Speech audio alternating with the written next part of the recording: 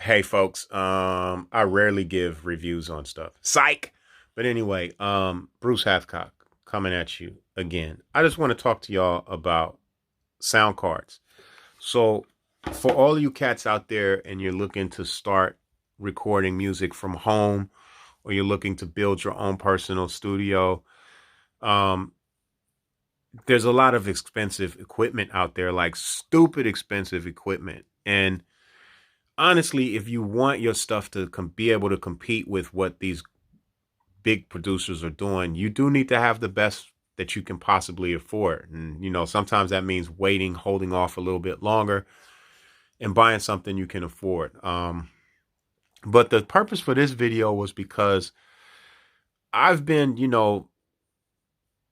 hustling a lot and investing a lot of my money into getting the top of the line music equipment so that I can use it to, of course, make money off of, right? If it's getting my songs placed in TV shows, which I've been lucky enough to get some stuff placed lately, thanks to my boy Kickback. But I've had some troubles with these sound cards. So that's what I'm going to get into. The sound card situation. You need to have an external sound card in most cases. If you're singing, recording guitars, bass guitars along with your production, you want to get yourself a decent sound card, and you want to have a sound card that has some decent processing and something that sounds good. But all that stuff can be manipulated. And I say this to say, do not buy the Apollo. Do not spend 2 grand on the fucking Apollo. Don't do it. Don't do it. If you're not running a major studio, you don't need the Apollo. Um, I've had to buy my second PreSonus. And let me explain to you why. So I've been running the DigiDesign old school mini, inbox mini for ages. And I realized that it didn't sound so great. The vocals going into it. Yes, you can make them sound better later, but sometimes I don't want to wait for it to be greater later. Right? When you're talking about getting that quality sound, you kind of want to get it going in. I later got a DigiDesign 003 mixer.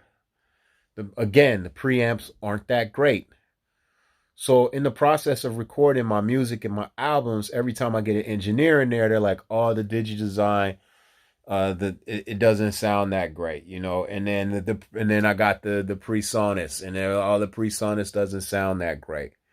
So I went and I decided, okay, I'm gonna save up, I'm gonna stack my chips up, and I'm gonna get this. What everybody was saying, get this Apollo thing, right? So then you go to the store and they go, okay, well, are you running Mac or PC? Well, most of you out there probably run either on Mac or on PC, whereas me, I'm using both. So, like, where am I at? I end up getting the one for PC because my PC computer is probably my best one. I went and had that one built. And then later on, I have to get an iMac for a class that I'm teaching because they're teaching on Mac. So I'm like, all right, I got to have the Mac. I got to be comfortable on it. Now I can't use my Apollo. I spent 2 grand on it.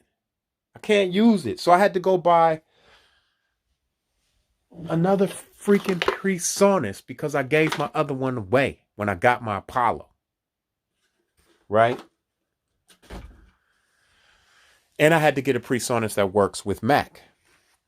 But let me tell you something. The Studio 24C, at least you can use it for your PC and your Mac.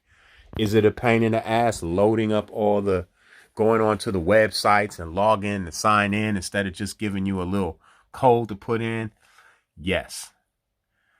I'm going to tell you, if you're starting off, your best bet, just go online, find a used Digi Design. You can find it, and and you probably most likely be able to get one with Pro Tools, which I have. I'm selling mine because I've got the 003 mixer, which I've actually gone back and decided, you know what? At my recording studio, I'm going to use that because I can record a live band. I got my own preamps now, like outboard gear. I'm like, man, this Apollo thing really, it put a dent in my pocket for no reason. And I wish there was somebody out there to tell me, like, dude, don't get that shit. Everybody told me get it. Oh, get it, man. It's the best. It's this, it's that. It's not versatile. Another thing you're going to notice when you get the Apollo, hopefully they hear me and they fix these issues. You get a list of all these plugins. So let's say you run in a Pro Tools session or Ableton session or whatever sessions you're running. And you go, oh, I need some compression on this vocal, right? So you click to get your compression. It gives you a list of all these compressions, all these compressors to use. But guess what? You don't own all of those compressors. You have a few that you own that work fantastic, but you got to memorize the ones that you have. And when you're scrolling through to find out which ones you actually have, you're going to run across a whole list of ones you don't have that require you to click, I don't want to use that demo. Now, when I complained about that, people said, oh, you can go to a list, it's a drop-down menu, and then you can click on all the ones that you don't want to see. Bullshit. First of all, I've spent my money. Why do I have to spend time?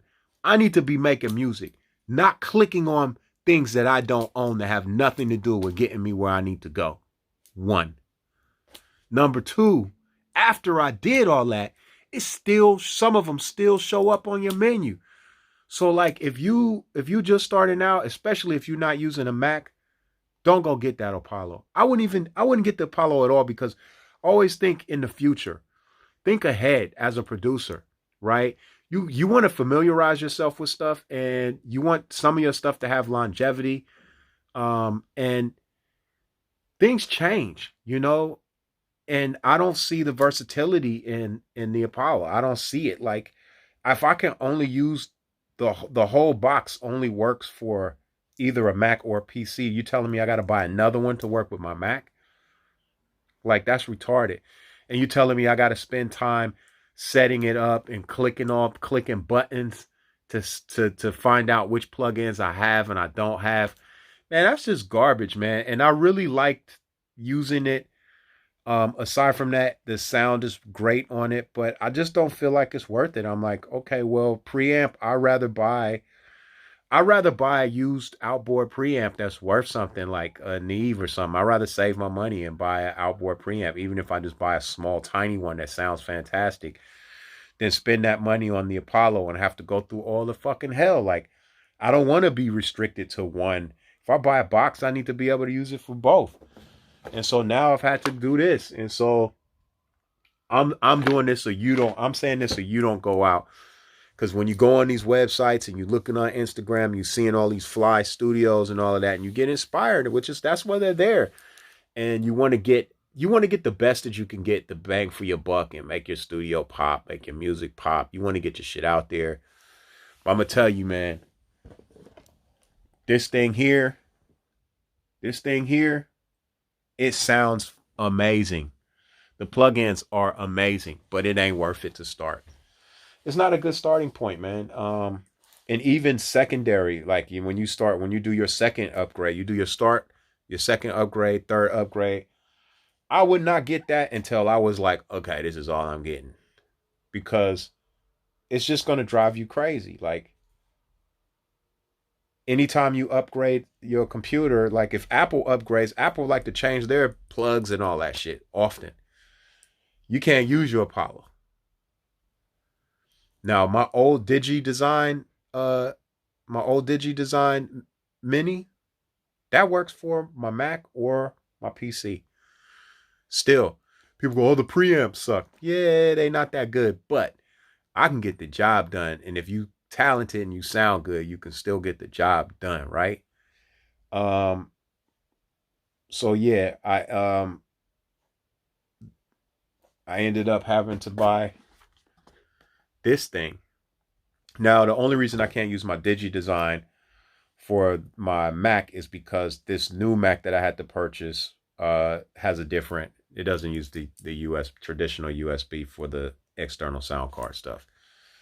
But man, PreSonus is good on y'all for making one that you can use for both. Because now I can take that, put it in my PC, or swap it out and use it for my Mac if I need to. Obviously, I'm not going to throw away my Apollo. It does have great preamps, but shit, I got an Avalon preamp. Like, I don't really need that.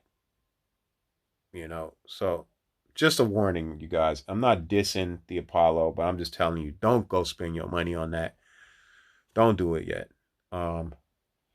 If you're looking for a sound card to start off with, you got to go with versatility, folks. You got to look for the long. You got to get your stuff for the long haul, because these companies will have you spending and spending and spending. And of course, they're trying to stay in business. Of course, they want you to spend money in order for them to stay in business. But there's other ways, I think, that they can get people to spend money and buy stuff other than put them in a situation where they spend thousands of dollars for shit that isn't going to be usable,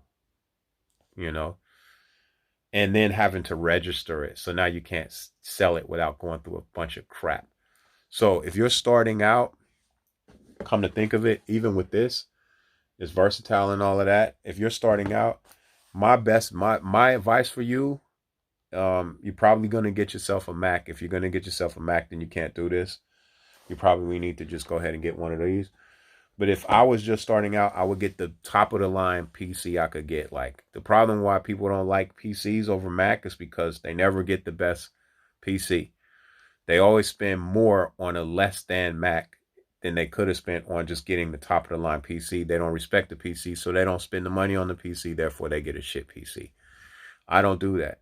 I actually go get the best PC I can get. And I also target people who repair computers. I go to computer stores like Fix-It repair stores. Those are the places. Those are people you want to make friends with if you're trying to build yourself your first home studio. Go to them. Write down all the specs you need and have them build you they got a laptop in there laying around. A ThinkPad? ThinkPad will get you in the game. Get you a ThinkPad. Go online. Find you an old DigiDesign fucking mini inbox mini that comes with Pro Tools 7 or 8. And let me tell you something. That will get you in the game. It'll get you going. This is particularly for people like me who are singer-songwriters. Even Reason, I'm finding, like, I love Reason, but nah, man. Pro Tools. Just get Pro Tools. Just get the Inbox Mini Pro Tools 8. Make sure your computer can handle it.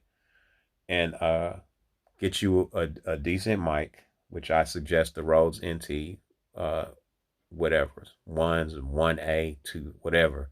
Get you one of them. And that's going to get you going. That's going to get you going. You'll be in the game.